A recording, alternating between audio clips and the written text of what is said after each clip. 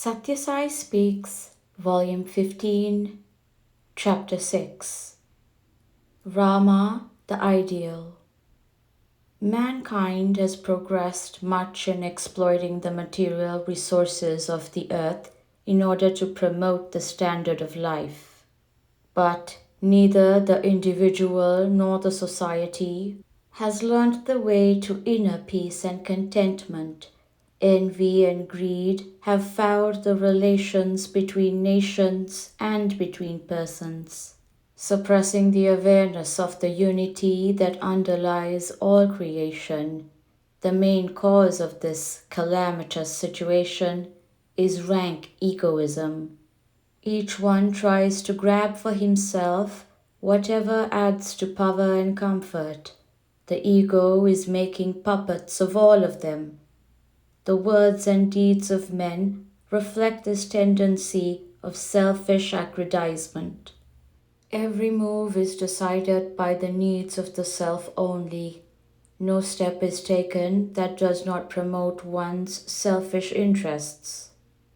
In order to restore peace to the individual and in society, the mind, where desires are born and resolutions are framed, has to be purged of its attachment to itself. The mind has desires as its warp and woof.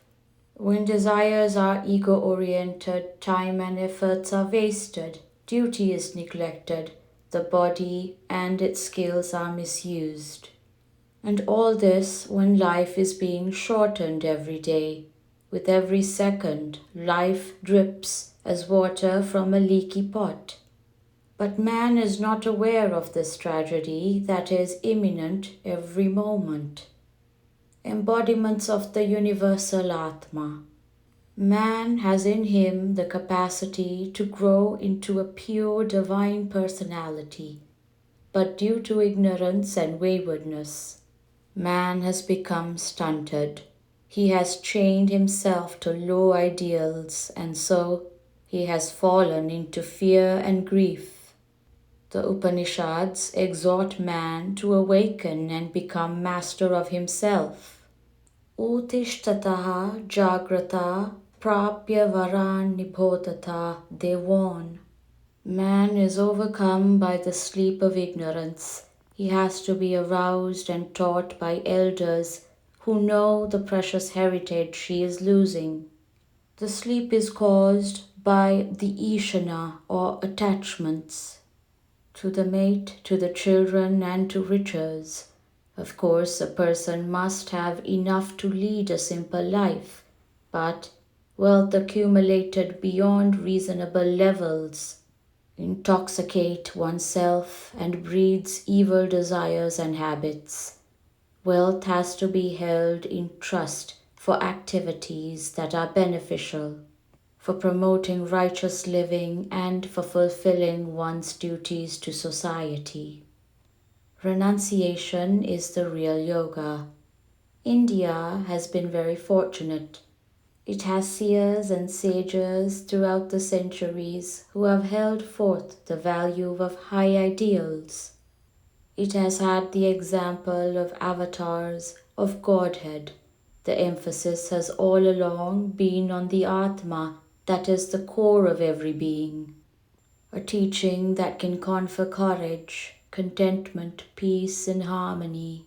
It is indeed pathetic to see people following the vagaries of the mind.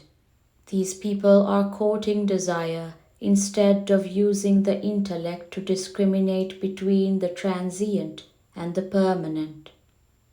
The mind should be checked by the intellect, or else evil resolutions will result in sorrow.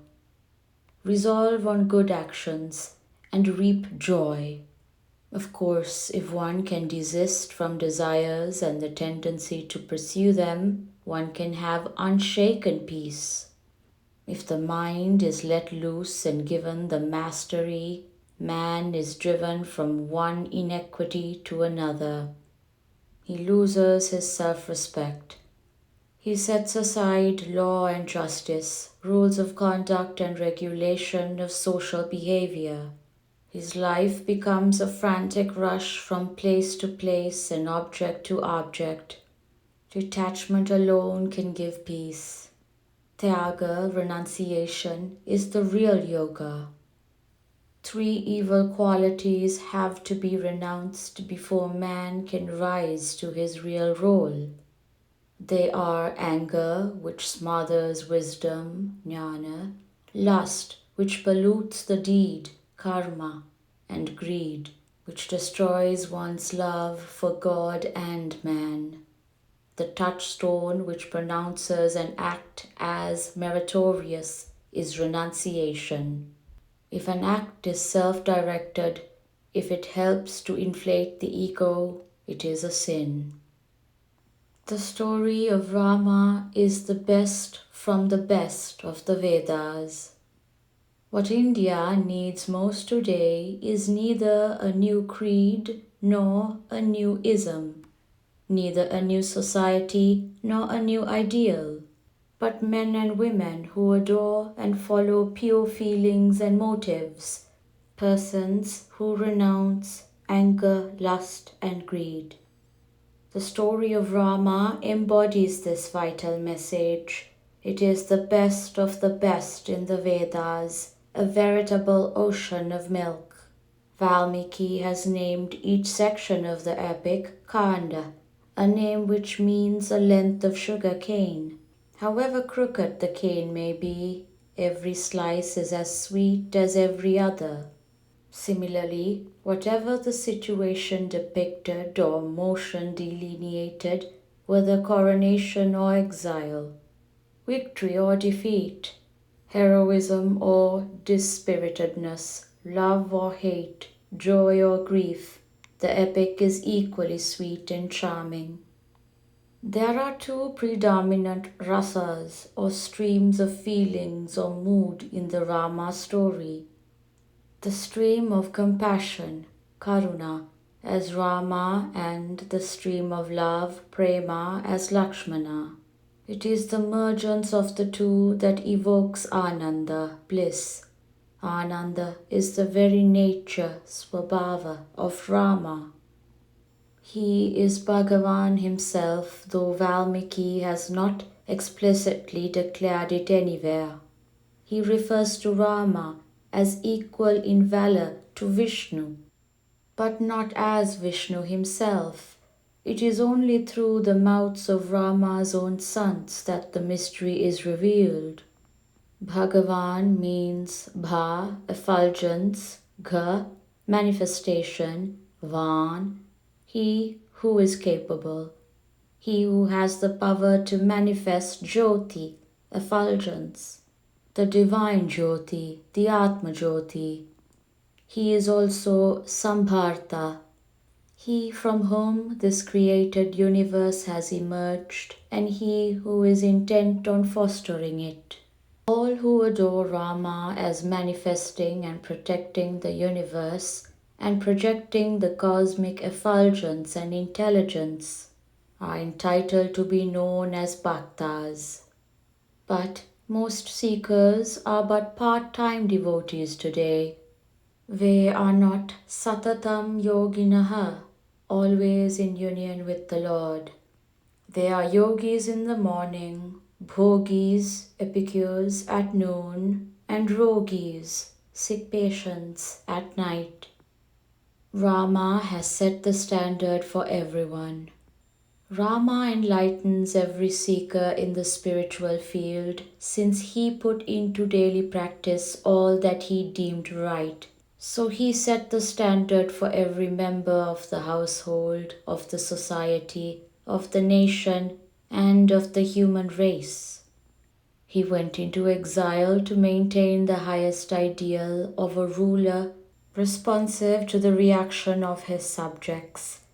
The former holds forth the duty of Pitruvakya Paripalana, respecting the command of the father, and the latter the regal duty of Janavakya Palana, respecting the wishes of the ruled.